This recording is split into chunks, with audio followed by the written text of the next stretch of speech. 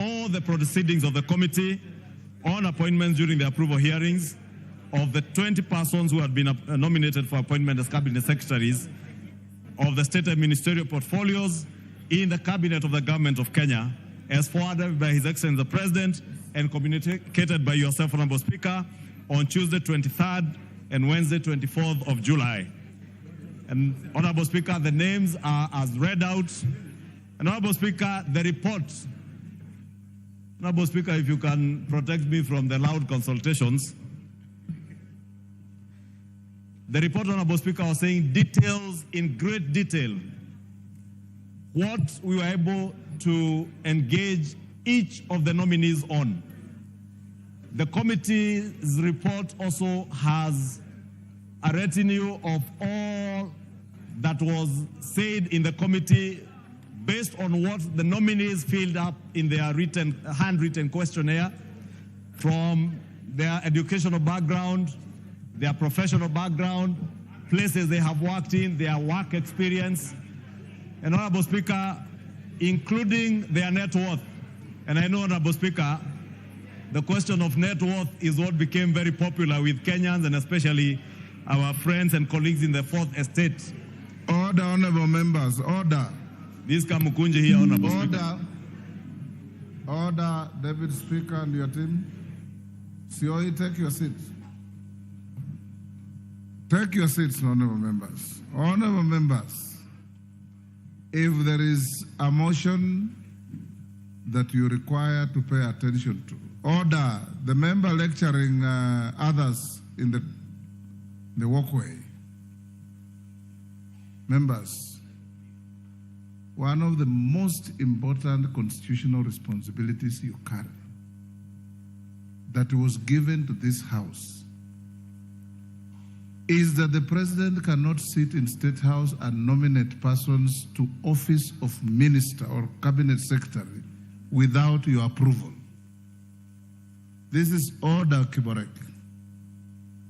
This is one of your most important responsibilities to discharge in this country, apart from dealing with appropriations and budget.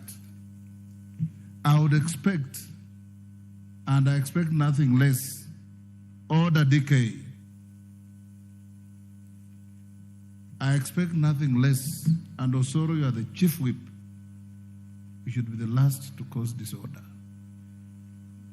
I want you to hear each other in silence. I want us to hear your views on the people who are going to assist the president to run this country. I want the country to hear you on what you are handing over to the president to work with. And we cannot do that by engaging in many kamkunjis all over the floor of the House. Those members, the chair cannot curtail you from consulting. I have allowed you to use the speaker's recess room to go and consult if you wish. But let's hear the moving of this motion, the debating of this motion with order, a reasonable degree of silence in the House. The country is watching you. And if the majority leader is speaking and nobody's even hearing him, then when you stand to contribute, what are you going to do? Don't degenerate to a level where, we used to have in this House a motion as important as this is moved and a member stands up to attack his local chief instead of contributing to the motion. Majority leader, proceed. Thank you, Honorable Speaker. And Honorable Speaker was at the point I was saying that the committee considered the curriculum vitae of all these nominees that stipulated where they each went to school. Honorable Speaker, on a light note, many people out there, including members of parliament, believed that there are some of the nominees who had not attained the requisite academic qualifications. And I want to confirm to this House that indeed all the nominees from their curriculum vitae and engagement with the committee indicated that they had the requisite qualifications. And also noting, Honorable Speaker, that our laws do not stipulate any particular academic qualifications. but even those that Kenyans had a very interesting engagement on, like the Honorable Ali Hassan Joho, he was able to, in a very good manner, exhibit to the country how he was inspired by Professor Ali Mazrui to pursue education having not performed well at KCSE or at high school level. And indeed, Honorable Speaker, I want to take this opportunity to commend not just Professor Ali Mazrui, but the later day Mazrui in Ali Hassan Joho, who has now also become a great inspiration to many Kenyans, Honorable Speaker. It is not every other Kenyan who sits examinations at KCSE level or at O levels and qualifies to join an institution of higher learning. But right from the example we were given of Professor Ali Mazrui to the Ali Hassan Joho of today, he's exhibited to our young people that many of our own constituents, Honorable Speaker, a good proportion and a good percentage of our own constituents sit KCSE and do not qualify to join university. That does not mark the end of your life. That not qualifying to join university at Form 4 should not mark an end to your pursuit to better yourself and for academic excellence.